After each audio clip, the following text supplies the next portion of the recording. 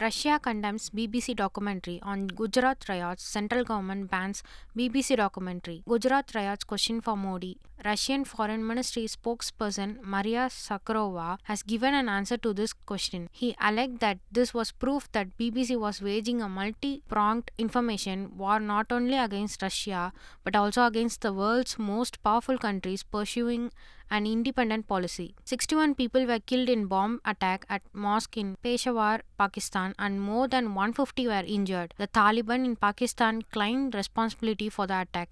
An Emirates flight from Dubai to New Zealand has landed back at the place of departure. The flight took off from Dubai on January 28 and was scheduled to land at Auckland Airport, but heavy rain in New Zealand caused flooding and closed the airport.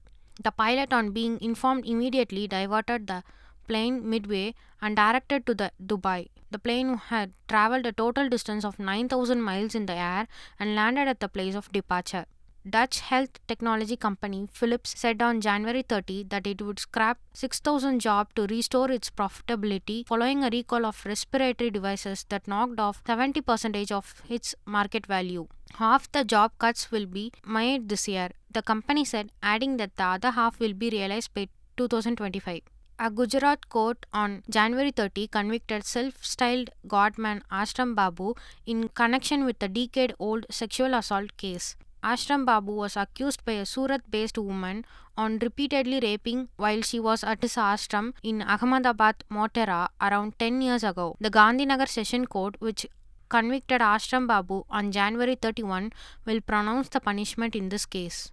The Election Commission has ordered the suspension of Lakshadweep Loksabha by-election. Mohammad Fazil of Nationalist Congress Party, who was the MP of constituency, was sentenced to 10 years in prison with attempted murder case. Subsequently, he became MP. He was disqualified from office. The Election Commission has announced a by-election in Lakshadweep constituency. Meanwhile, the Kerala High Court quashed jail sentence imposed on Mohammad Faisal. So the Election Commission has suspended the Lakshadweep by-elections. Bharatjodoyatra closing ceremony amid heavy snowfall in Jammu and Kashmir. Despite the snowfall, Congress MP Rahul Gandhi speech. Filing of nomination for Erode East by-election begins on January 31. 7th is the last day to file the nomination. EVKS Ilangovan stands on the field with a heavy heart after the death of his son. Chief Minister Stalin's speech that DMK-led secular alliance would definitely win in Erode East constituency. In Erode, the DMK alliance campaigned in support of Congress candidate EVKS Ilangovan. Ministers Muthuswamy, Nazar and others collected votes from house to house.